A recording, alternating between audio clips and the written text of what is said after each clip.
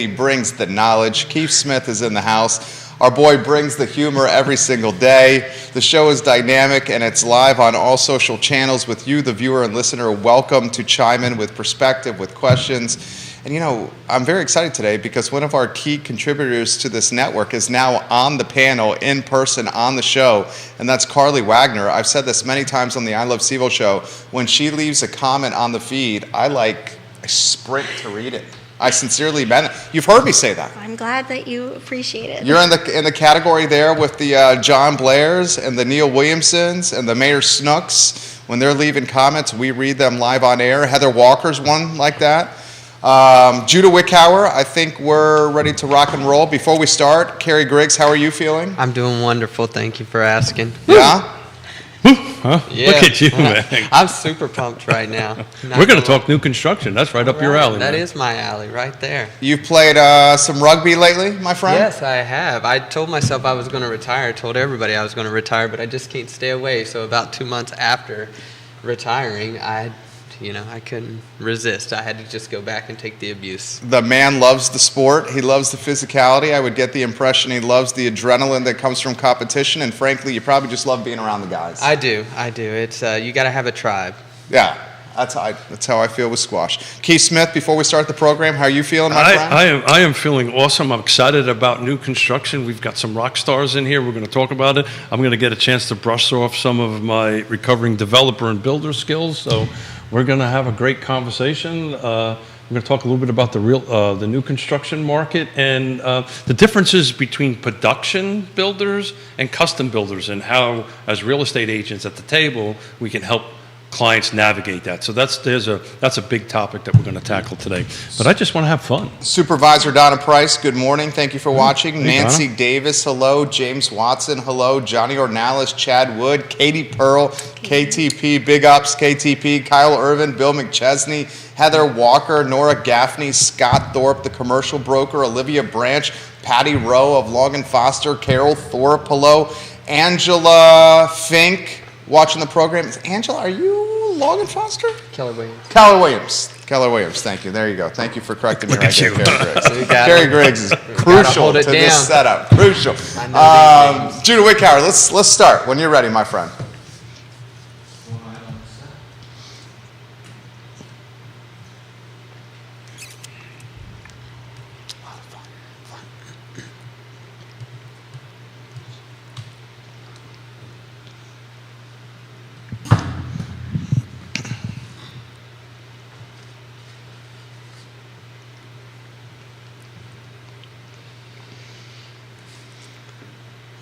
Good Wednesday morning, guys. My name is Jerry Miller, and this is Real Talk with Keith Smith. Thank you kindly for joining us. We are live in downtown Charlottesville on Market Street in the heartbeat of this region, downtown Charlottesville, guys. Judah Wickhauer is this director of this fine and fair talk show, and today's show is so dynamic, and we welcome you, the viewer and listener, to chime in with questions or with comments or perspective. We want to aggregate your ideas and just chatter about them on our talk shows and on this network.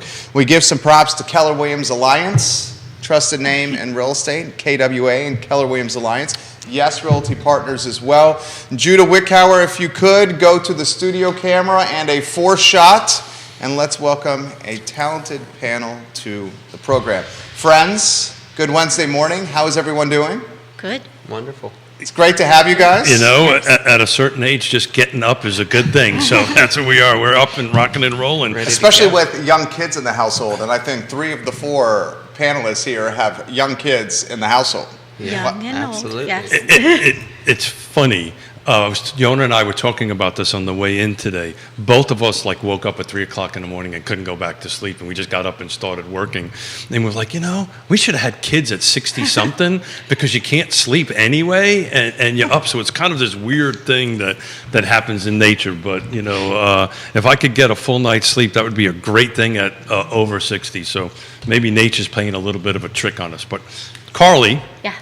Tell us a little bit about yourself. You got some awesomeness because you're a professional engineer, Yeah. right? I am Carly Wagner. I am married with 3 kids, almost 10, 7 and 3. You're a rock star. Just say that right there. 3 kids. I am a professional engineer. I am a consulting structural forensic engineer specializing in the building envelope. We do a lot of, we started doing a lot of construction litigation, so being expert witnesses in construction litigation projects. Then some of the more sophisticated owners started engaging us to help prevent and be more proactive and stop problems before they happen. So we specialize in the building envelope. We do a lot of peer reviews for new construction, owners representation during construction to be sure that things are being constructed in accordance with the contract documents and all applicable code standards and industry standards. And then we also, the design work that we do is retrofit, renovation, and restoration work. So my big project that I'm wrapping up right now is we were restoring like the Virginia State Capitol, and Nice. we've redone the West Virginia State Capitol, and I do a lot of work at NIH because I specialize in hygrothermal analysis, which is heat and moisture transport across building envelope assemblies. And so I know we're talking about track builds and custom builds today. So our first home in the Charlottesville area, me and my husband built with Ryan Homes. We used a realtor back in 2009. Now, then our current home that we're in is a custom built home. We did not use a realtor. But as two engineers, we felt happy to go through assessing land, finding land, engaging the contractor, and overseeing the design and construction of our own home. Since then, I've helped a couple of other friends throughout their custom home design and construction process, and a lot of people will say, like, you don't know what you don't know. There is a lot to do during a construction of a custom home. And so one of the friends that I helped was Miss Katie Pearl. KTP. Yeah. And she encouraged me to get my real estate license. So about 15 months ago, I got my real estate license, and my goal, I guess, and advocacy, where my passion is the services that we have been providing institutional owners like UVA and the state of Virginia, and building owners that have billions of dollars in building stock that they have to own for perpetuity. I don't feel like residential owners who are investing their $1 million in their forever home are getting the same owner's representation and advocacy as, you know, they should when you're investing in your home. So that's the value proposition you provide. That is the value proposition I provide as uniquely as a licensed professional practicing engineer and a real estate agent. So eventually what my goal would be, and my dream would be, is to take on 1 to 3 clients a year that are looking to purchase land, help them assess the land, help them envision what types of homes could be constructed or not constructed on the property, the constraints of the property, help them through the design process, help them through the construction process, because I negotiate construction contracts all the time, and then help them through the construction administration process, and so that they have somebody on equal ground as the builder with as much technical, I would say more technical skills about codes and compliance with contract documents than the builder, to ensure that construction is executed the way the contract documents require. I love it. I absolutely love it. And why I love it is because Carrie's background is in construction. Keith's background is in construction and development. So we legitimately have a panel of pros when it comes to today's topic matter. A snapshot on Carrie Griggs, if we could. Okay, yeah, so I started in the construction industry when I moved straight out of high school. Actually, I did summer's jobs as well. I was the boots on the ground, the masonry, so I started from the foundation up, turned into a carpenter, then I evolved into eventually a project manager, so I've had a little bit of experience in all things, and like Carly said, there's a lot of things that you don't know, that you just don't know until you get into the thick of it. So I've built all from track homes, mobile homes, to multi-million custom homes. So I got a little bit of everything in there. I did a little bit of commercial construction, and from there turned into a real estate agent that also helps their clients purchase land and go from the start to finish. I look at the contracts as well and just kind of mediate between the two, between the client and the builder, and help my clients walk through the process as they're going through the construction stages. Many different clients, from your first-time home buyers buying new construction to those experienced buying new construction. So that's kind of me in a nutshell. I personally love working with land because it's such a open template that you can pretty much do anything you would like to do on it, as long as the soil, your feasibility study works fairly well. So my background, I'm a recovering developer and builder. Everybody knows the story, yada, yada, yada. So one of the things that excited me about today is what I would want to try to do is take a little bit of a deeper dive into the difference.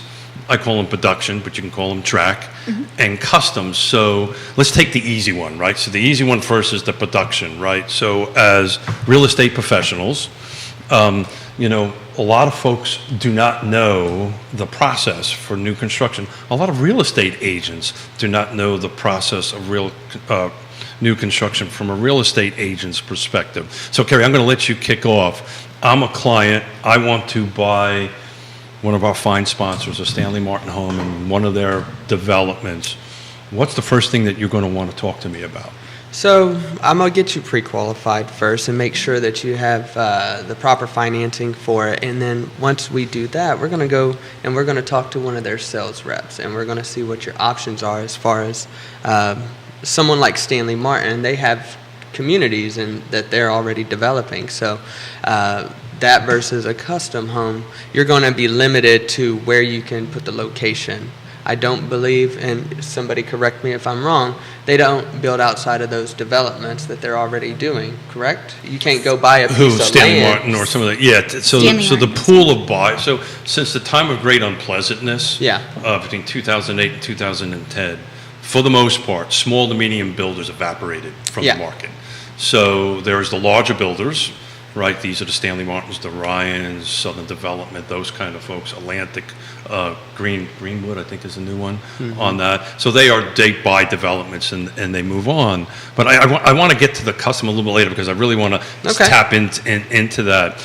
But one of the things is, whoever real estate agents are watching, it's very important for, if our clients go without us there, what is the one thing that these clients need to talk to the representative? Sales rep, that they're being represented by the real estate agent. There you go. And then this way they know they have somebody on their side that's going to be advocating for them when it comes to the building process, and get somebody that's experienced with it, somebody that knows it from the ground up, because there's going to be things that you're going to be able to help your buyers and prevent them from getting into a sticky situation.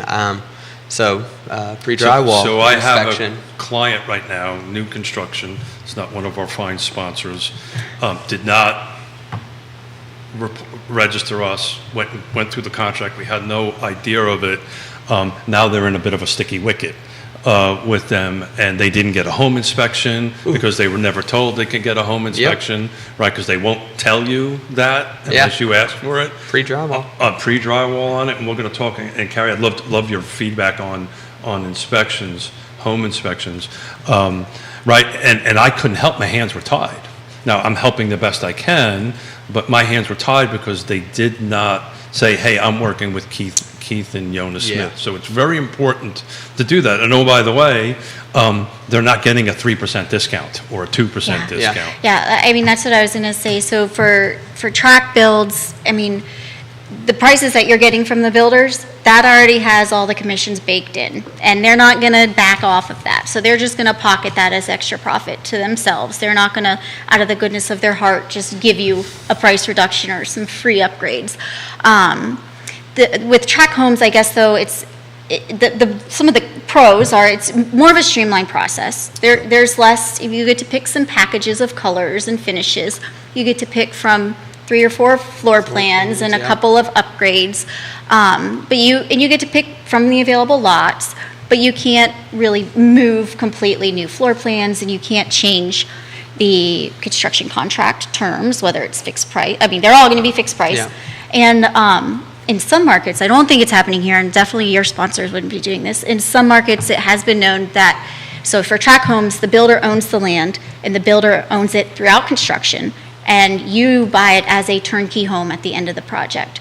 So when prices were increasing astronomically in other markets, builders were selling homes literally out from under buyers. So you put a contract in. Yeah, but I'll push back a little bit on that. So the big difference between production and custom, you know, when 2x4s were going through the roof and construction was going through the roof, they didn't have cost accelerating clauses in it where custom contracts do. And we'll get into that a little bit later. And that's a big caution for custom buyers, because if materials go up, the builder will eat a small percentage of it. After that, it's on you. Yeah, but I was just touching on the fact that ownership and financial responsibility transitions at the end of construction. That the builder, the developer, and a tract home owns all the land, owns all the dirt, has all of that, and could theoretically sell your turnkey home. They would walk away from your contract and sell it to somebody else. I don't think that's going to happen here. But for the sake of a talk show, I, as the buyer, can get out of that deal a lot easier.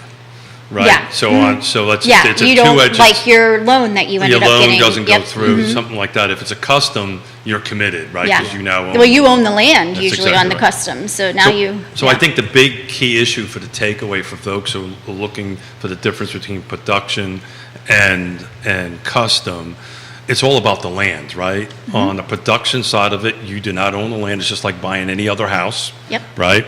On the custom end of it, you own it, right? And when I used to do custom constructions, I used to make the property owner sign the first deed of trust over to me, because I was getting 10 million, 20 million line of credits, and I was taking all the risk. And I used to actually make them sign the first deed of trust. Don't know if that's being done now. This was No. 10 or 15 Yeah, years ago. I wouldn't recommend that my Yep. buyers do that. Oh yeah, sure. Why would you not? That's a great question. Because I think that if they wanted to fire their contractor, they should be able to fire their contractor. So for custom homes, yes, you can fire your contractor. Yep. Send them a cure notice. If they don't cure, it's quit to cure, they're gone. They're off the project. Now, you do have a half-constructed home that you're going to have to find somebody else to come in and complete it, but he doesn't have a lien to your property as long as you've given him your most recent draw. Our client just went through that. Our client, Dominion Custom Homes, took over for a builder that ran into some significant financial hardship Yeah. in the market. Yeah. I won't highlight who that builder is, so I can help, tough times for this particular outfit. But our client, John Kerber, Dominion Custom Homes, took over a home that was maybe 25-30% done. And literally had to take over the project, get the plans, and help it come Yeah. to market in that state of the project. So I'm helping 3 clients with taking over the same situation. And the problem with that is, it's a listing that Yona and I just put on at the Acres. That client is building with somebody else because of this. They lost $50,000, right? So they couldn't get back that money because of all the lien waivers and so forth and so Yeah, on. it's usually a big It is a loss huge because everybody mess. doesn't agree to the same value of what exactly. construction is completed. Well, it's a matter of what the lender has lent on it, and they generally keep the builder behind the yeah, eight ball. that's something else I think is in. Like when we get to custom, I don't know Yeah, if you no, want to move on from track, the whole loan process and draw process, and sometimes people have a misunderstanding about who that loan belongs to and who is actually requesting those draws. What do you mean by that? Put that in perspective. So on a This is a good custom topic home, right here. on a custom home, it is the owner's loan. It is their funds. They should be requesting the draws. A lot of times, builders, especially in this area, because it's a small town, everybody knows everybody, builders are going directly to the bank and builders are requesting draws, whether or not they've been signed off from by the owner. And I think that's not the way it's supposed to, I know that's not the way it's supposed to go. I think that has a conflict of interest, and I think that people have to remember that it's the owner's money, and the bank works for the owner, it does not work for the builder. So there's if the builder, there's multiple steps to that, right? And as an owner's rep, as an engineer, you should also be signing off 100%. off on those things. Also, part of the problem is, and that was the problem with this other builder, which will remain nameless, they were not getting their lien waivers signed. Right. Yep. Well, it could be, and that's the difference between a posted job and a Yes, non-posted exactly. job. So for a non-posted job, you don't have to have individual and mechanic lien waivers signed at every Oh, draw. I love geeking out on Yeah. this. I know, and I think the viewers So and it has to listeners do are with how the building enjoying this. permit is pulled and filed. I see my boy Kerry Griggs' wheels turning here. I want to get back into that. Yeah, we should talk about this. Jump in. No, it just, there's so many different facets to this conversation that I like just listening to everybody's different points of views. I've been on all sides of this spectrum. Without building a custom home for myself, I personally have a more production side home, but I'm just geeking out on the conversations between all three of you guys. And touching back on the bank situation, another thing that I've had, because I've helped 3 friends just out of the goodness of my heart through the process. Another big issue that I see is in your construction documents, it has the contract, the specifications, and the drawings. In the contract, part of that will include a schedule of values. And that schedule of values is set up to dictate how much the contractor will get paid for each line item upon completion. Some banks are not actually using that schedule of values in their draw schedule, and they're instead just smearing costs of okay, well, 2% goes to foundation, 3% goes to framing, and that might not line up exactly with the builders and your actual contract between the owner and the builder's schedule of values. So sometimes and I would advocate that banks be required to use the contract schedule of values, because if you don't use that contract schedule of values, the amount the contractor paid versus complete can vary and be ahead of the game or behind the game.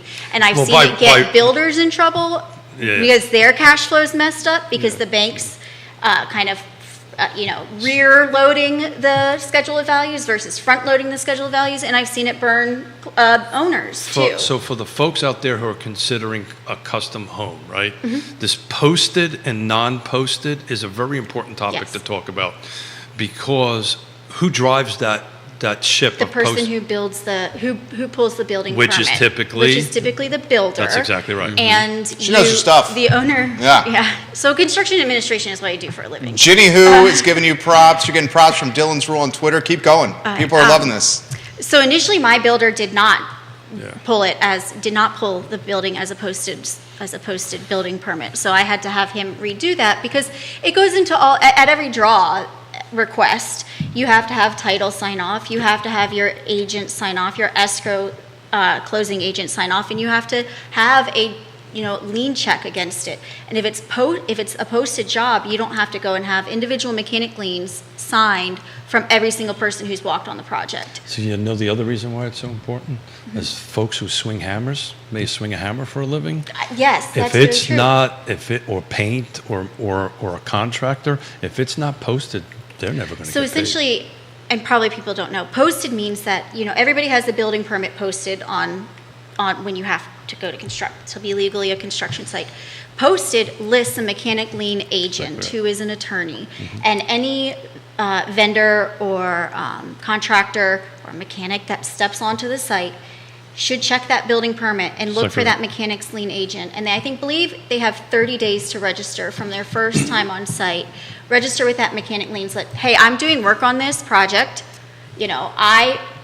I reserve the right to file a lien against this property if I don't get paid. The moment a tool comes out of a vehicle, they have 30 days from that. Yeah. How about this question that just came in from North Downtown's finest, Grayson? He says, for the panel, how many of the deals, new construction-wise estimate, are unrepresented deals, where it's just a client dealing with either a developer or a builder without representation? It's a great question. I think I Would you don't have? know how we would figure Yeah, that out. And track versus actually, custom, that's- I don't know. Yeah, so that's actually not that difficult to do on the production side of the house, right? On the custom side, it's On the hard because custom it's the side, land. it's very It's the only difficult. thing you see. And Yeah, it's the for sale. transaction. So let's talk about that for a second. From a market perspective, custom homes don't usually end up in the MLS, No. Nope, right? mine's not in there. They should be entered as comps only, right, to help us figure out what the market is. If a realtor was involved in the construction contracting. That's exactly They're right. usually not. Yeah. So they don't Typically, they just usually go end straight up to the builder. in it, but on the production side, that's easy enough to answer, because all you do is we look in the individual Yes. transaction and it says represented or non-represented. That's an easy. Yeah. So I just don't have it at the tip of my fingers, but it And is I easy. wanted to mention another just third wheel out there that people aren't realizing. So we have production and custom. Another option is owner builder.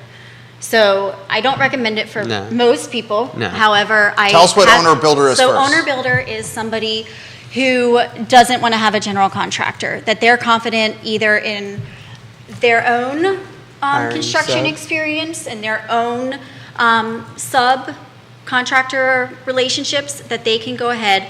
You do not have to be a licensed contractor to build your own home. So instead of paying a general contractor, aka builder, and his markups and overhead and supervision, you can save substantial amounts of money if you're willing and experienced enough to put in the work and do owner builder, where you are directly contracting with all of the trades and self-performing some of them if you wanted to as well. So in the state of Virginia, if you build for yourself, you do not need a Class A contractor's Correct. license. No. That's an owner builder. And so what I would recommend is, unless you're a builder or an engineer and you know that it's going to be a full-time job for you for a year, and accept that, hey, I'm going to save 20% on my custom home, you know. The GC's fee.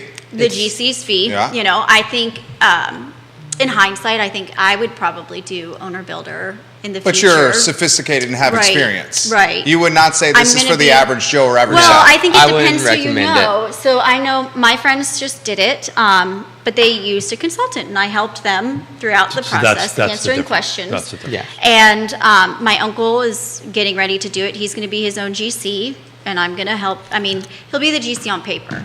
but I'll be the. You're running the show behind the Yeah. scenes. Yeah. So Luke Dravo giving Carrie Griggs props. buddy. Joshua Ostrowski Yep. giving Carrie props. Katie Pearl is singing Carly's praises right here. She says, Katie Pearl, who's in the game with KWA, Carly was extremely valuable to us when we were navigating our new custom build. She is extremely knowledgeable in the process. I don't know what our family would have done without her. Thank you, Katie. Randy O'Neill watching the program. Great suggestions by this panel. And Randy O'Neill also highlights real estate agent Collins Huff, who Randy O'Neill says knows everything about horse farms and horse properties in this area. So people dropping knowledge here. You got 6 firms watching. Carrie Griggs, I want you to jump in here. Anywhere you want to go, we adapt to you. Keith Smith, follow up after Carrie.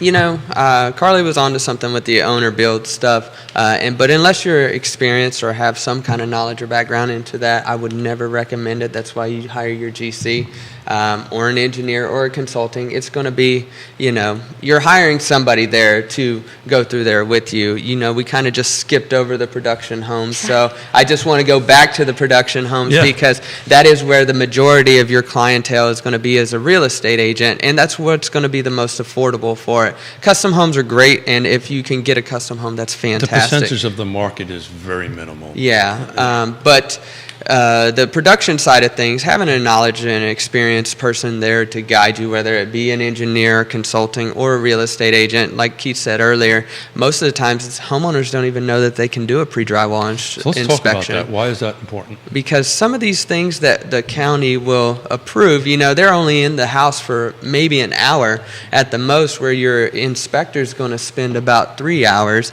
and they're going to actually shake wall and check, you know, seal plates to make sure they're securely fastened, make sure that they have blocking where it's supposed to be for your handrails coming down the line after trim stages. I mean, there's just so many things to it, you know, just I think it's a misnomer. I think people think, oh, the county does inspections. Why do I Yeah. have to do inspections? And the county is just looking for bare minimum code requirement, I which have- means I am not illegal. I have- That doesn't mean I'm quality. I have never done a pre-drywall No. home inspection that I did not end up with a punch list. yeah, Yeah. exactly. And that's the other good thing about it. So what happens is you have your engineer, because you can hire an engineer to do that, right? Or a home inspector to go do that. You generate this list because we have a process with a home inspection removal contingency addendum, and there's a list, and then you get to get these lists done, and then we, or the engineer or the home inspector, gets to go back and say, okay, these things are checked constantly. And it's just, I think you're giving the building inspector I've never seen a building inspector be in a house more than 10, 15 minutes. If Yeah. they go in, I tried to be followed the generous so inspector that- one Yeah, time to my I've house, and I never- was happy I've never because in- there was an issue with one of our staircases, and they wanted to put a door where there couldn't be a door. And I knew the answer to it and what we wanted fixed. And the inspector, I was like, great, we're following him in. I'll carry him in, and I'll tell them, you know, hey, don't they have to have a 3-foot extension on the landing here? They can't put a door right here. So I went into the house. The inspector never got out of his car. He then just signed the paper papers and left. Yeah. And I was like, well, wait a second. I was going to have the inspector here to reiterate to my builder, like, hey, you can't get away with putting a door So here. to that respect, like we just closed a new construction at Lake Monticello. Because of my experience, I did the final walkthrough, took a look at it, and they took a dryer vent from the second story, went through the garage ceiling, penetrated the drywall, made a right, and went out. So they penetrated the fire Yeah, the half-hour envelope, thermal barrier. Yep. and the building inspector didn't catch it. Yeah, Really? yeah, building inspectors don't, so county building inspectors actually have no liability and it's nothing. So what happened here, and we will leave names of people out, they got the CO, then poked a hole through it and did it. So, man, this is such a delicate topic because, these people are out here doing the inspection, but like they said, it's very basic humans, inspections, and I actually carry a code book in my truck just so that when I am on a job site or I ask the inspector to, if something fails, because every now and then you'll get caught and then something, well, not get caught, but they'll fail something. And so I just simply ask them, well, what's the best remedy of it? And then so we go to the code book and I try to educate myself because there's no way that you can know every code that's out there, or maybe you Well, can. I have a pretty good memory of codes. Well, I like it's it. ever changing. No Yeah, doubt. no, I know, Yeah, but so right, I that's sit what on she does. committees that write codes. But Yeah. it's ever changing though, so there's I no possible understand, way that yeah. you know But every the point code. No, the point I not was every trying to single bring code. here is that's why having a trusted advisor, part of it, an engineer, a real estate agent, a home inspector through that, if that client wasn't represented, it would have closed. They would have moved into it with a dryer vent coming through a fire protection, penetrating the firewall and going out. So that's why it's important, even if we're not engineers or haven't built 600 homes or swing a hammer, there's some basic coverage that realtors can provide, particularly along with the home inspectors in the new construction environment. This case was not a simple mistake. This case was something more than that, and it got caught at the end. You're getting props right now from Katrina Elizabeth She used to work with us. on Facebook. She's watching right now. Realtors watching the program. Ivy Haynes, hello. You got a planning commissioner watching the program right now. Kyle Irvin with the police department watching the show. Rachel GM is giving you the hearts emoji on the feed right now. Dr. John Shabe, the owner of Pro Renata, watching the program. The entrepreneur Andre Xavier, Trip Stewart, the real estate investor. Roger Voisinay giving the show props. Seth Batten giving the show props right now. Woody Fincham, hello. This question's come in, and this is a very good question. And why don't I throw this to Carrie? This is from Nancy Long. She says, what's the panel's take on new construction market over the next 6 to 12 months? I think that's where most of your business is going to be at. I don't see owners that have a 3% interest rate, 3.5% interest rate selling anytime soon. So I think your best bet is probably new construction if you want to get into the home in the next 12 to 24 months. What do you take on that, Carly? I know you got a take.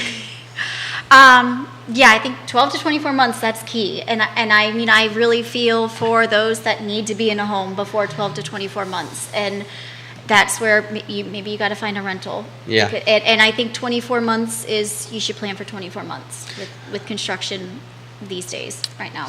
Yeah. So there's a difference, right? We're getting back to just production and custom. Yeah. It's clearly on the custom side, you're 24 months, assuming you can even find a builder. Yeah. to To And do the work. assuming you already have the land. Right. So I- You know, right. if you're looking for land. After this question, I Yeah. wrote down the word land, because this is very important to have that conversation, how you Correct. acquire the land and how you go through the process.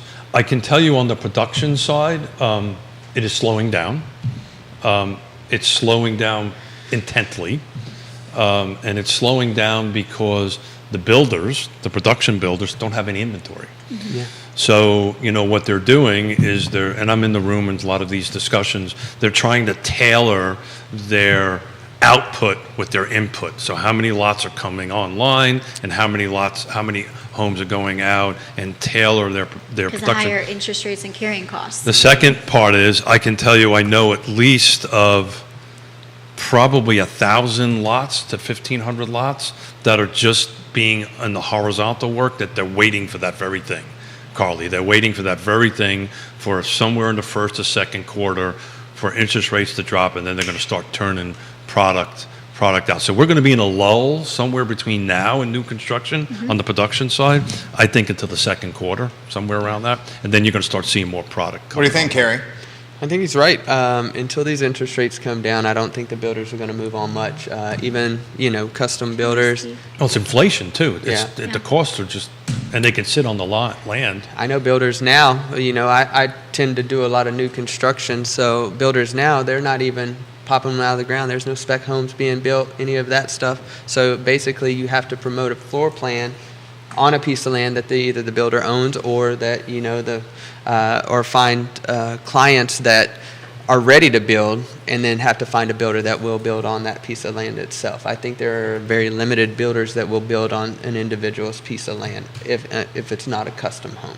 And if you are looking in that, anything less than 450, 500,000, man, that is a tough market to be in right now. Unless you want to go with one of their Townhome. you can go with a townhome, but a lot of people that are looking for that 550, let's say 650. One of our builder clients, and he's custom, doesn't touch anything under 1.5. Oh yeah, exactly. You can't touch a custom. Like Not a literally, it's like custom it's not home, not even a worth custom not home. even worth the time. I mean, you show me a builder that will build a, 3,000 square foot home, 650 on just a random homeowner's piece of land. There's very few of them out there, unless you're on a panel where you can tell me at least a list of them. There's not a list. I think so. It's like the whole thing: time, quality, cost. Pick Yeah. two. So there are some builders that will build. I mean, ours was under 6. I know. I mean, and it's a nice home. For just the project, not including the That land. was for construction. That was construction. Construction. Okay. Yeah, it was construction, and that was in 2019. though. Right, different But labor so market and cost of goods market. My friend who Before the- built their own GC, they were under 6. My uncle who's building, he's going to be under 6. So that's the vertical. Yeah. That's Not the including vertical. land acquisition. Not including the land. And- no. But I mean, and- if custom, you have the land. You've got to own the land outright before you move in. But also, and this is an expense that most folks do not think of, the cost to run the driveway a quarter mile down the road. Site work. Or exactly right, the horizontal work, the septic work, the well work.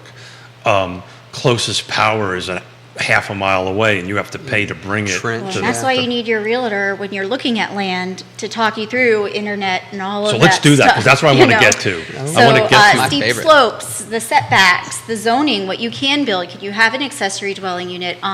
Is there stream buffers? What other easements are on the property?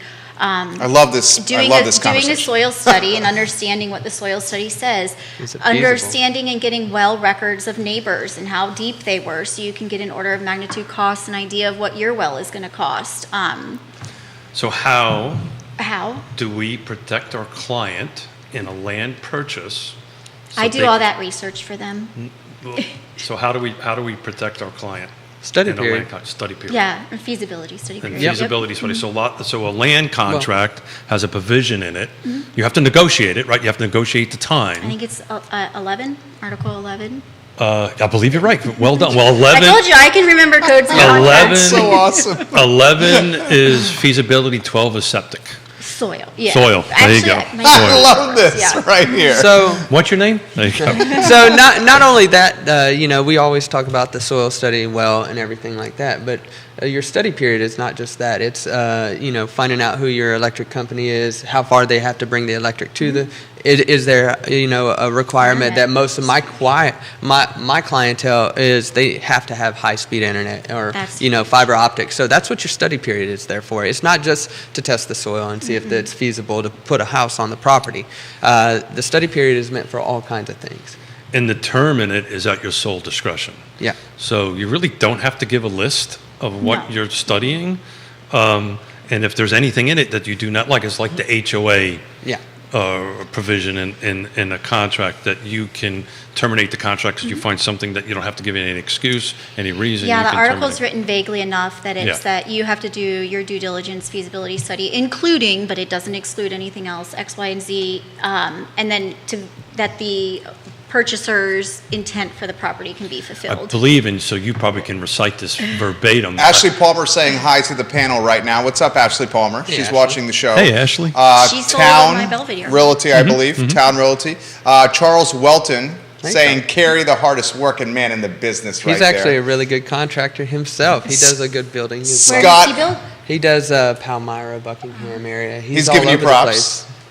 Another tradesman. I love the tradespeople. Scott Gillespie, Griggs, can't help but tune into these chats when you're a guest. Good relevant talk Thanks, for me brother. to tune into as well from Scott Gillespie right now. You have 8 real estate firms watching the panel right now. I see 3 engineering firms watching the panel do right you know now. which ones? And a couple of settlement attorneys. I will highlight them in a matter of moments. But first, the question, this one's come in right now for the panel. Find a piece of land in Albemarle County right now to build and tell me how this project can be constructed in the next 18 months. I understand that new construction may be a way to solve the tight inventory we have right now in the market, but please prove me wrong and show me where the land is to build and a project that can be finished in less than 18 months. That's a great comment I think from we- Sally It's right there. funny. We said Before he 24. asks that question, I'm Yeah. looking for land. Yeah. So Available. there is Well, the reason land she's available. talking about this is because of lease renewals. Yeah. She goes, because it's going to Yeah. tie us into long-term leases here. It's a Yeah. great topic right Yeah. here. So I have some, it's Greene County. I have some land under contract in Greene County. They close on Friday. They probably will build within 3 years, though, not 18 months. 'cause 3 they need years? They want to build up their cash. Okay. So they want to build up their cash. If you're doing custom, that's another big thing. I really recommend you have a lot of cash on hand because you are going to need it. You're going to go over. You're going to go over and. What's up, Roger Voisinay? But there's land. There's a couple Yeah. of lots off Buck Mountain Road. I live off Buck Mountain Road. It was originally like a 27 lot thing that's now been split into 5 or 6 different lots. Albemarle County. There's a lot off of. It's in Barbersville. On Buck Mountain. you Not can off look. Buck Mountain. That's in Earlysville. Advanced Mills? It's Jamie not Turner's Advanced Mills, watching. on east of 29. They're actually Palmer's. Gary and Ashley Palmer's listings. The road, Burley Station Yep. Road. I have a friend who is going to be subdividing 2 acres off her farm and be listing it soon. There's land in the 18 months. If you have a builder and a house already designed, maybe 18 months. Yeah, If but- you don't have a builder and a contract in place and a house designed, like Or we were land saying acquired. before, Yeah. it's 24 months. Even if you have the land, by the time going through the lending process, the The design design, process, selections, the selections, So and all Sally that. goes, that's my point here. How is Yeah. this going to solve the tight inventory market if it's this long a process Yeah. and this Well, expensive? it's not going to. So I mean- let's be honest. What the conversation we're having about custom homes is not Not the ever, solution to is the never problem. going to No. help. This is not going to increase housing affordability. It's not going to do any of that. But Carrie's itching to jump in here on this topic. you think differently, huh? Well, no. This is, I've been on this show a couple times now, and this is why I always preach to, teach the trades. This is something that has been a big problem. Yeah. For the past, as long as I've been around, everybody has pushed the college and get a nice desk job. These are why we need to be pushing the trades, because for every 4 people that retire, there's only 1 person to step into their place, and that's a big problem. That's He's a 1,000% huge right. problem, And I'll and- put this in perspective. K-Tech, the Charlottesville Albemarle Technical Education Center, doesn't even have enough teachers to teach the students. Yeah. Yeah. So if you're looking to make some bank and Masonry, you're concrete, there it framing. is. Young that's- millennials and Gen Zers, maybe it's not the HVAC. 4-year college where you're coming out $250,000 in debt with the degree. You're Ooh. probably going to have to go to graduate school. I'm not throwing But you're shade. going to I'm come just out being making realistic. $100,000 a year. You're going to make, if you go into the trades, you're going to make $100,000. You're going to start right off the bat. And I think the trades have gotten back to being sexy again, where Carrie has made the point. I think construction workers are sexy. Okay, there we go. There we go from Wagner right now. Nothing like a mason. Like- Ashley Palmer says Gilbert Station Road, Yes, 2 lots for sale under $200K right now. Yep. And Ashley says Carly was my first listing ever. Aw. I absolutely love her. You're getting props from Brian Harris. Dude, the show is blowing up right now. Fantastic. So viewers and listeners, you can ask questions to this panel. I think we got the pros here. This is a really good one for the panel. Why are the production builders coming to a complete halt with their development projects? Because they don't want to build spec homes. Yeah, and They just don't have want a to say carry on and the pay image. interest in all that land. I They- just literally looked, single-family detached, Albemarle County, new construction, there's 7 homes. Single-family detached, Albemarle Yeah. County. There's 7 homes. So new those are spec construction. homes. These, some are spec homes, most of them are paper. And they're Yeah. not April even listings. probably, they're not Yeah. under construction. They- I've got- one of those Why is would in they- Profit I mean- Ridge. So the answer is, that as together. we said earlier, they don't want to Overextend. overbuild Yeah. themselves. so Everybody that- remembers 2008. But it also gives owners the ability to impact Sorry. some change. Like if you go for new construction, owners want to make those selections. That's the appeal of new construction. You picked out the floors. You picked out this house. You know, if it's already built or So when it was 90% crazy built, in 2020, 2021, to your point, they would have houses that they would just start and they would tell the client selection's already made. Yep. yeah, A lot. And people would buy it Yeah. and move on. The market's changed considerably since then. They do the for the production builders or semi-production Liberty will. You know, there's some good. You know, they do run the data and they find out what is They are most super smart desirable. people. Yeah, They are and super they do have designers come in there and they do make color palette selections because no one wants to paint their house bright pink, or maybe they do, but it's not going to have great resale value. So these people come in and they do the data research. So the other difference on time, production builders, you can get into a contract now, depending on in 9 months you'll be in a home. Yeah. yeah, because they have much bigger subcontractors, and it does go back to like what Carrie was saying with the trades. Like They have economies of scale.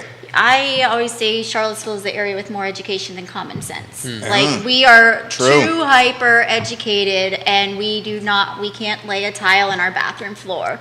We can't replace a wax ring on our toilet. And Yeah.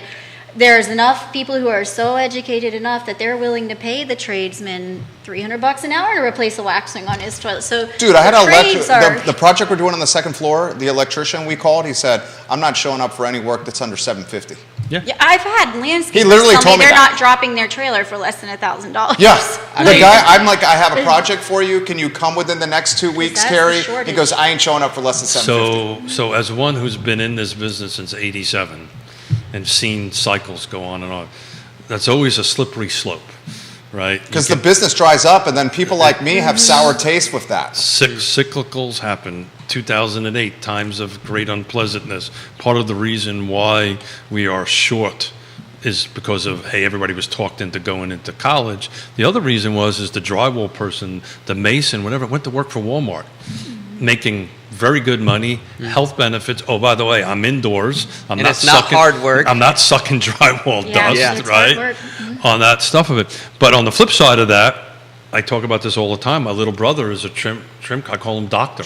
He's a trim carpenter, high-end trim carpenter in Richmond. That's me. Right? Shows up with his little bag of tools. He says, give me the job by myself. I don't want nobody around it. And he'll go through and do it. And he makes more money than most doctors make. Yeah. Kristen Diane says, go Carrie, full of knowledge right now. You're getting props from Kristen. You're getting props right now from, is it Joanna Moore? Joanna Moore? Oh, gosh. Laura Sanders giving you props right now. Thank you, guys. Agents, jump in with questions. Ray Cadell, welcome to the program. Commercial broker John Neal watching the program. Aaron King, one of Western Emerald's finest graduates watching the show. Kelly Jackson, 18 Hey, Panera Kelly. Breads under her belt and management and ownership watching the show as we speak. Travis Hackworth in Danville. I see 4 real estate investors of, I'm not gonna blow your guys' spot, so I'm gonna do a very, very conservative estimate. I would say 8 figures in holdings easy. One of them 9 figures in holdings easy. Watching the program right now. This is a question for Carrie Griggs and the entire panel. Carrie, what does he think with interest rates rising and the impact that's going to have on the car footprint at the same time of the citizenship expanding in its size, basically meaning more people moving to this area? A lot of headwinds when it comes to affordability. The show is yours on that topic. Me and Keith were actually just talking about this yesterday at dinner. Last night, and over a cocktail. Oh, yep. And so, what he was saying is, you would think that the interest rate would drive, the home purchases down, but it's actually going about with the same, with the purchasing and the interest rates going up. It's kind of crazy if you think about it. But, let's take it on a 10-year average. Just the last 3 years, we have only seen these record low inventory rates. Sorry, not inventory. That too, but interest rates, because on a 10-year average, you're right around that 7.5% if you really look at the numbers. And in the 80s, you were still looking at like 12%. So it's just, I'm not going to say that it's always a good time to buy because that just sounds like a salesman's point of view. But you have to really dive into it and see what the person's needs are. Are they going to be here for the next 10 years, and is it going to be better for them to be a homeowner at 8% versus renting and throwing their money away? Well, not throwing their money away, just being a little bit more flexible as far as where they live. So you just really have to dive into everybody's personal real estate needs. Great So, take. On October 9th, we're going to have Dr. Lisa Sturvant, who's the chief economist, for Bright, and Woody Fincham sitting in here, and we're actually going to be doing our quarter-over-quarter reports to everybody for the car footprint in each individual jurisdiction to see where we were tracking quarter-over-quarter. We're going to be beating car to the punch to get the reports out. But look, this inventory crunch is going to be around for a long time. You think so, Carrie? As long as people are Carly? fat and Yeah. happy affording their 2-3% Amen. interest rates. So I think maybe another thing that I'm just thinking of here that would help with the inventory and just help with the overall is, and I don't know how you force it, but having wages increase, like an increase in wages will get people more comfortable with the higher monthly payments, and then they're not as fearful as leaving their 3% But mortgage wages rate. are increased. Our But median. when you take into account inflation, Yeah. wages have not. So what it really paced is there's a inflation and separation housing of wages, things. right? There's There's a a high wealth gap. There's a Yeah. wealth gap. Yeah. And it's only going to get bigger. Oh Yeah. my gosh, it's going to widen big Yeah. time, especially when you see the influence, and I talk about this all the time, biotech, data science school, biotech school, and 11 billion smackaroos from Amazon into Louisa. You saw that? I didn't see that, but that's great news. $11 billion investment from Amazon. The Two Board facilities. of Supervisors off the record said 1,000 new citizens coming, incremental new citizens, just from the $11 billion in Louisa. And that's employees. That doesn't include the contractors and all the work that's going to take the Where are these build. people going to live? Seriously. So the Mets are doing really good. Who? Seriously, I if wanted we to get see 8,000 new where this- people moving here with data science, with UVA, with student enrollment, with UVA hiring more people, and the Amazon thing, where are 8,000 new people going to live over the next 5 years? I'm So- glad you said. So No, it's go okay. ahead. You go answer, sir. I'm glad you said in the Louisa area, because if you are willing to drive, most people are Albemarle. That's where everybody was trying to move to. But if you stretch out a little bit, as Carly was saying earlier, you got places like Scottsville. That's still Albemarle County. But are you willing to drive 30 minutes to get to work if you work in the city of Charlottesville? You So- have places like Louisa and Flavanna that still When you have take land. the country roads, it's really only another 4 minutes. The 20 minutes of everyone's commute is once you get inside 250 or you get on 29. Like the country roads are where you actually feel like you're going So home. if I ev- like my commute So in home. new construction, new projects coming up, if everybody's in agreement that attached homes are probably the best entry level, townhomes, that kind of thing. So I just asked Judah to put up slide number 2 on that, which is the car footprint, single family detached versus attached. So it talks about but what's the important stat on there is what I have written in it. Over 95, since 8 quarters going back, 95% of all townhomes were built in Albemarle County. Single family attached. No, That's single like attached. I single-family apologize. Thank you. attached. Look at Yeah, you. is what you said. You need to come back on more often because he's the only one that corrects me all the For time. real, she should come Sorry. back more. She knows her stuff. I sincerely mean So that. single family attached. Thank you. Yeah, single-family Townhomes, 95% of them are built in Albemarle County. Well, and a lot of that has to do with zoning and infrastructure availability. You can't have attached homes on well and septic. Now that You know. that correct. So So we're offer insight to that for the layman that's watching so the program. for Green, Louisa, areas that don't have public water and public sewer systems available outside of your 29 and 33 corridor, you can't build attached homes because you don't have the space to have all of your utilities and infrastructure privately owned on your own property. A well and a septic is your drinking water supply and your wastewater system. So- So single family attached, that all has to be off-site. So it has to be tied into the major 100%. infrastructure, which, a lot of counties, Goochland, Green, Wouldn't support Augusta, it. they don't have that. They're agricultural, historically counties. and some Eric Thompson dropping comments here. Eric So- Thompson watching the Yes. show. So in their growth areas, some of them have. So I Yeah. can share, Flavanna County's got about 200 townhomes coming up. Greene County has probably closer to 500. townhomes coming up. This is over the process of the next 12 to 24 months. So there are going to be some of these counties that are going to have some townhome products come out of the ground, because these development process started 8 years ago, 6 years ago, and they're now starting actually to get ready to go horizontal and vertical. So you're going to see that 95% change a little bit, and I think you're going to see Albemarle County slowing down. Yeah, like to your 500 you mentioned, I think we talked about, that's in Standardsville that you talked No, about. no, these are already under construction. in green by sheets. By Okay. sheets. But I think that's the thing, the single-family attached, it takes long-term planning, and Yep. you can't just say, you know what, I'm going to buy this land and I'm going to build 12 Yeah. townhomes on it. Yep. It takes long-term planning and approvals and studies, and then bringing the infrastructure in. So it's a good 5 years before you can, developer buys the land and is actually moving dirt and moving people. Kelsey I would says say at this. least 5 years. Ashley, we'll get to your comment. Ashley Palmer. Kelsey says this prior to the Palmer comment. And the townhomes that are coming to market have 8s and 9s in front of them. It's not like they're actually affordable. And she highlights is North Point North Point. with those Yeah, projects there. No. So Those this are isn't in single-family green. homes. This is Okay. in green in Flavanna. They won't have 8s in front of them. Yeah. No. Yeah, but North Point does. North Point. North So Point I, are single-family detached. Okay, that's what she's They might highlighting have right now. some They villas have that they are have attached. attached product there. Yeah. Yeah. But that's more of like your custom production kind of home. Oh, they're beautiful. well, Yeah. Well, Well, so they're not custom.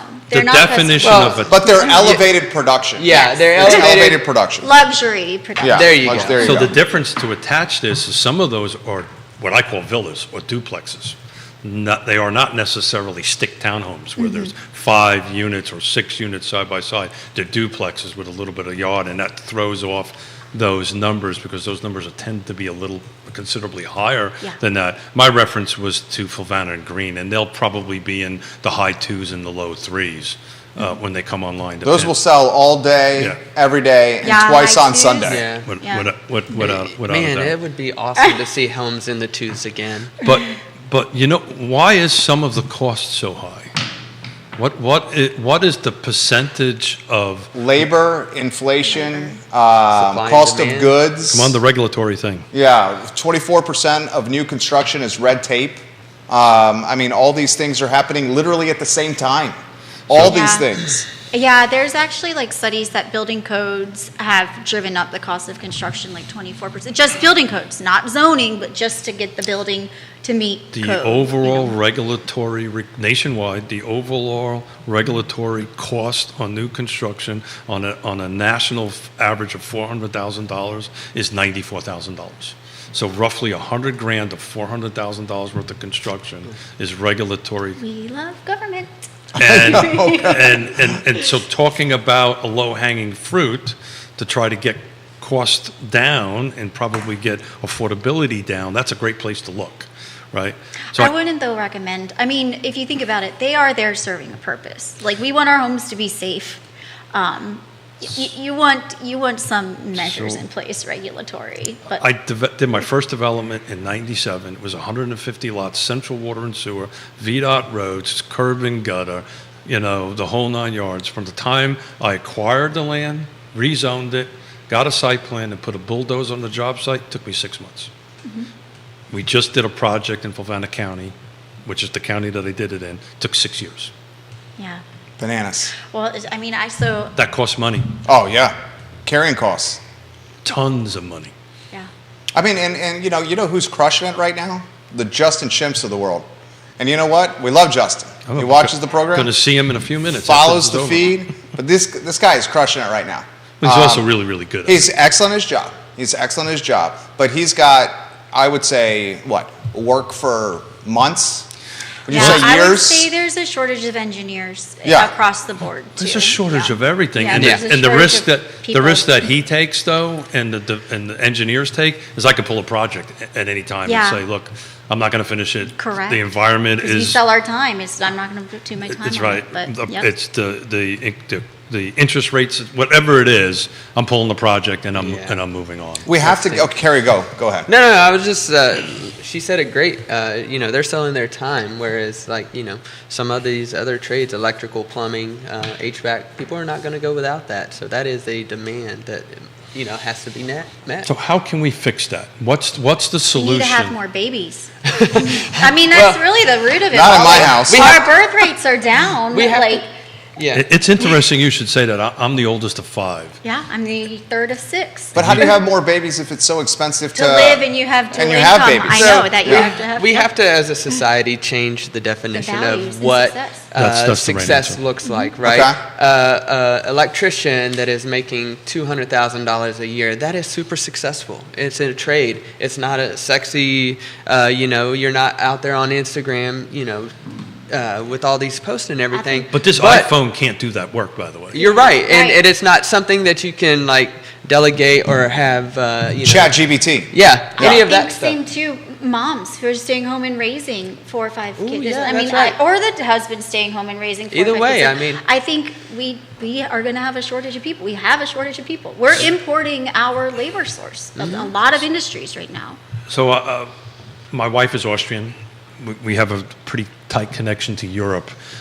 So in Europe, they look at this very differently. It's a perception thing, right? The trades are looked at very different. They looked at as if they're professionals, and they make huge amount of money. And my nephew in high school had a decision: did I want to go to the university track or to the trades track? So he's actually a pipe fitter. He works on steam pipes, and he works all over the world, and he goes ahead and does this and makes a very good, very good living. Ashley Palmer says she'll have more babies. Actually, that just made me laugh out. Go ahead, Keith. Sorry about that. No. Babies are always a good conversation. Grandbabies are even better, but Yeah. we Donna love grand- Patton completely agrees with the panel. She says we need more tradesmen and tradeswomen. So how do we? Yeah. So we're trying to fix inventory, right? Yeah. Which we're trying to come up with a solution. That's like generational. Yeah. Like we got to look at acute solutions. Well, inventory is a generational and thing now. generational. Yeah, It's that's a what I'm saying. Is generational the thing. root cause of what we've got here is not going to be fixed in 18 months. It's a generational. It's a generational societal problem. It's a generational thing. People are not encouraged in high school to consider this. I think that's going to start changing. I think Jerry's spot on. It's starting to become sexy now, and I think you're going to see that. But look, we're all trades folks. You don't come out of high school, you just don't become an electrician overnight. These are years, and it's almost 4 years, right, to go through an apprentice program in order to go ahead and do this. So it's similar to college. So I have a pipe dream, and it is something that I am going to throw out here in the universe because I would love people to reach out and connect with me about this. Is I would love to have a boys and girls club attached to a trade school, so those people that know that they're not going to go into college or have no interest in going to college can come in the 9th, 10th, 11th, and 12th grade can come and learn a trade so that they have years of experience before they even get out into the working force. And then it can be sponsored by builders that are, short workers. It can be sponsored by, government-funded programs, and we make this a legitimate thing, bring it back to the school systems, and then we act Where like they're yeah. interns, and Yeah, they're actually instead of interns. sitting in But they gotta social hall, Yeah. they're going and working under an electrician. Yeah, direct and supervision of an the electrician. kids. Yep. Our newest tenant, Kyle Miller, who you know very well. Yeah, very well. We were chatting over here at this desk, and he said he would love to launch a trade school that trains all the silos of work for anything tied to real estate. And then he's got the infrastructure for sales, for human resources, for project management, for accounts payable, accounts receivable. And then he would want to own the school, Yep. train the labor, and then have that labor funneled to the projects that he's working on or he's working alongside with his clients. So essentially creating the pipeline of talent for his projects and his clients' projects. I mean, and we do it in a professional world. Like we always are doing educational seminars, like at the International Masonry Institute or Brick Institute of America. Like we do free seminars and training for these tradesmen. And I feel like there should be some more interconnectedness. This is real. Let's call it real. Here's the real problem. You're told to become an engineer. You're told to become a doctor. Were you told to become an engineer? So I was, No, no, I no, got no, into, no, let me get my this out. dad got me into, Yeah, he let- was a general contractor. My dad was a general contractor. Yeah, so when I say you, I'm talking about everything other than this show. Oh, yeah. Right? Out in the world, the proverbial we or you, is being told, be an engineer, be a doctor, get a 4-year degree. To Kyle's concept, which is freaking awesome, the problem is nobody out there in the world is saying, Be an hey, auto mechanic." be an Yeah. auto mechanic, be I a think diesel. that's changing, though. Well, I hope Yeah. you're right. Well, Me Jeremy too. Rowe, is that the guy with Dirty Jobs? Yeah. Yeah. He does a lot of that Yeah. for. But He's to also do- one of the trades. fantastic presenting partners of this show. No, he's No, talking that's about. the, Oh, I know she's talking about. Yeah. I know, Yeah. but also the Jeremy Rowe agency, and he's Yeah. watching the show literally right now. We love Is you, it- Jeremy. Jeremy, it I'm is sorry, Jeremy I Rowe, missed that too. pickup. The guy with Dirty Jobs is also Jeremy Rowe. Yeah, pretty sure that is That's it. his name. But I think there's something to be said about that. If we can make it more appealing to those, and I'll just put it out there. I have friends of mine that are electricians, HVAC guys, making $500,000 a year because they decided to go get a license. You know, it does take a little bit of work, but so does a 4-year college degree.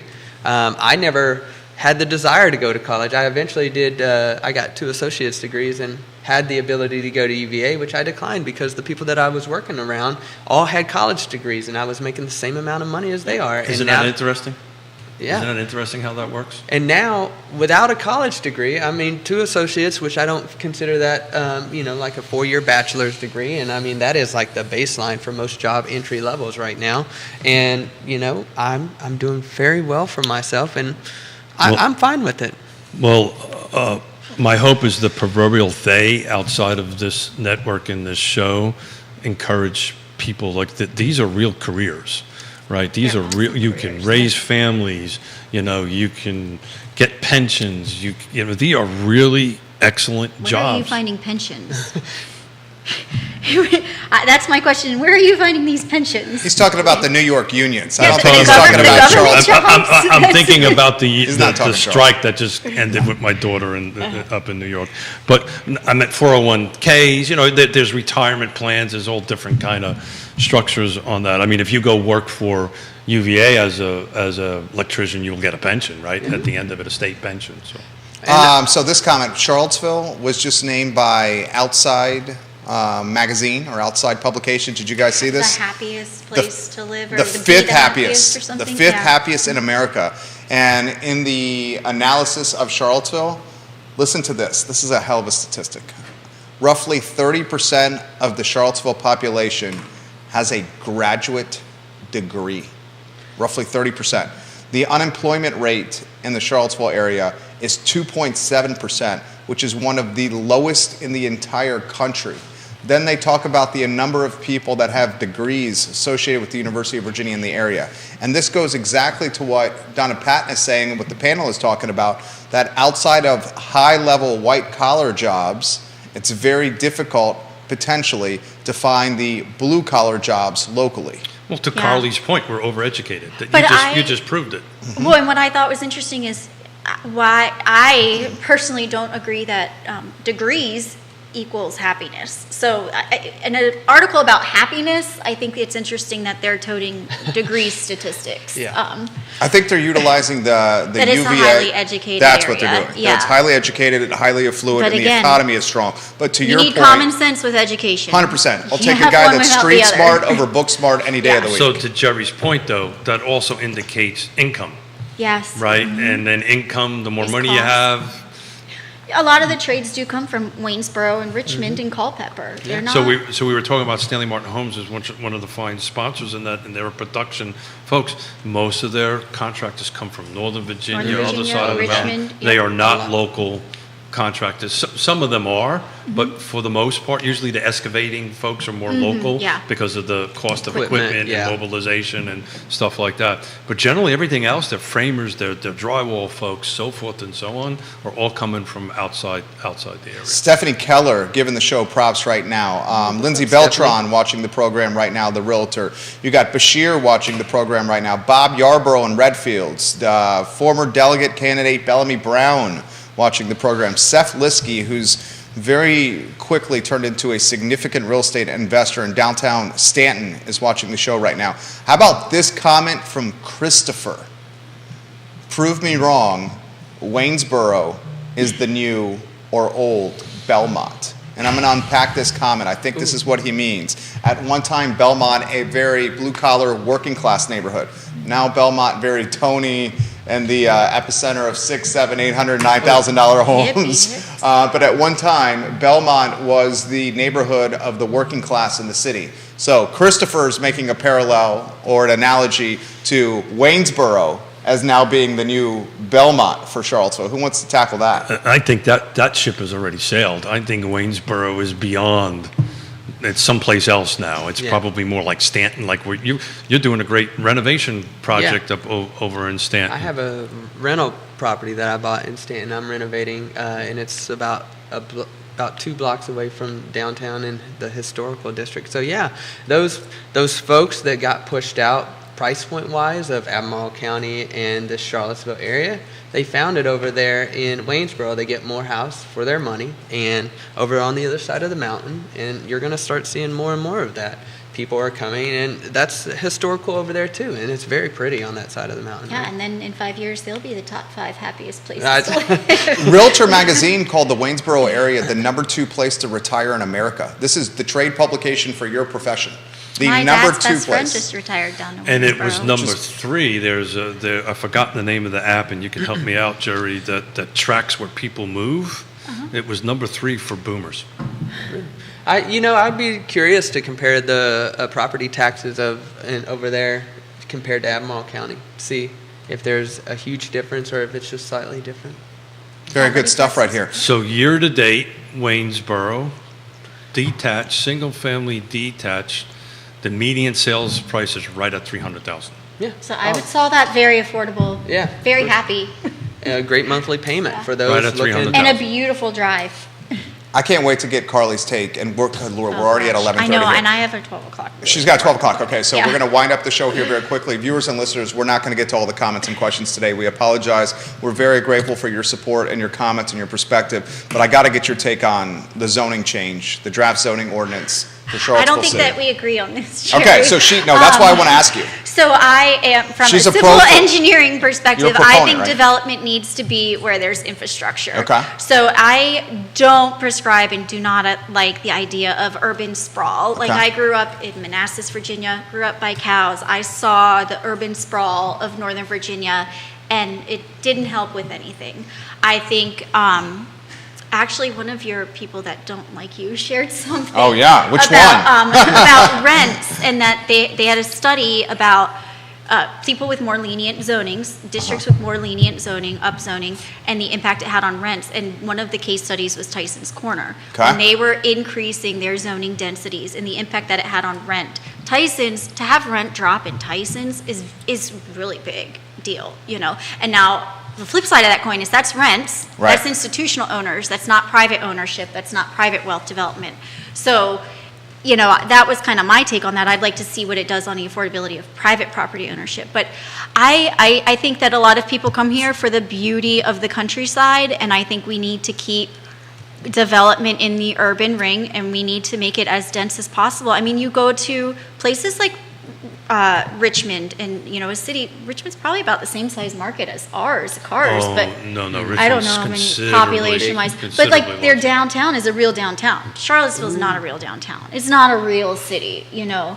So you're saying go up instead of out? Yeah, I think so. I would agree with that. I think so. So I know the Richmond market pretty How well. not cost-wise? What is the population of just? Oh, Richmond? it's millions versus Millions? 300,000. I don't Richmond think it's City's the not whole. millions. No, I'm talking Virginia about- total is so only I- 8 million. No, so I'm talking about. Richmond City's 226,000. Yeah. So I have to include Chesterfield, Henrico. So if you just Chester. take the city of Charlottesville, we're only 50,000. Yeah. So you have to take the whole 6 jurisdictions, and we're around 300,000. Yeah. So I believe if you- 300,000 for Central Virginia in totality. Yeah. So our 6 jurisdictions, but it's called missing middle for a reason. So thank you for saying what you said. So it's missing middle because you're missing 2 things. You're missing the product.